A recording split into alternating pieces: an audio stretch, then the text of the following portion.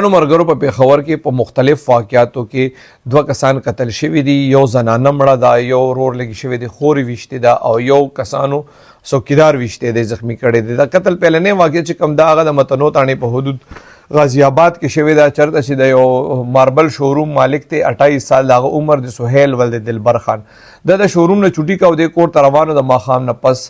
په د غازی آباد کې په 2 موټر سایکلو باندې څلور کسان سواره وای په د ډزې کړي دي او دا سهیل مړ کړی دی، ملزمان تښتېدلي دي، پولیس د نامعلوم کسانو خلاف FIR درج کړی دی. د قتل دویم واقع چې کوم دغه د بډبیرې تاڼې په حدود بازید خیلو کې شوی ده، چرته چې عثمان د خپل کور والا سره بازار ته روانو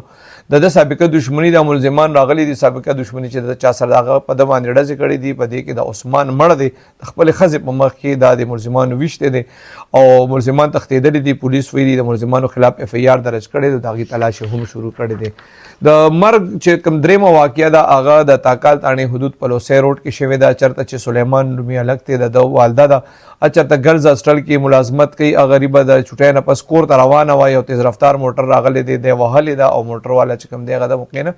تښتېدلی دی. بله واقع چې کوم د هغه د شاپور تاڼې په حدود کې شوې ده، هلته یو ځوانې جینۍ پولیس ته رپورټ درج کړی دی چې یاره د موبایل استعمال او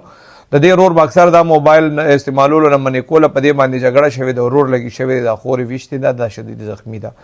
بله واقع چې کوم ده هغه فهد چې کوم دی هغه د انقلاب تاڼې پولیس ته رپورټ درج کړی چې دی په کوهاټ روډ باندې څوکیدار دی، دی وایي د شپې په ډیوټۍ دی موجود و، یو 2 کسان هغه دغه ځای کې روان و بازار کې، ده ورته بیټري والې ده چې یاره پته ولګي چې څوک دي، په هغې باندې کسان غوسه شوي دي او په دې څوکیدار باندې ډزې کړي دي، دا څوکیدار زخمي دی او ملزمان تښتېدلي دي. نو لږ احتیاط کول پکار دی ځکه چې څوکیدار غریب خو دا ډیوټي ده چې دا به د شپې دغه ځای کې څوک اوړي راوړي دي به پیټار چوي چې ویې پېژني، ځکه چې اکثر واقعاتو کم ځایونو کې غلا وشي نو اکثر خلک بیا هم په څوکیدار باندې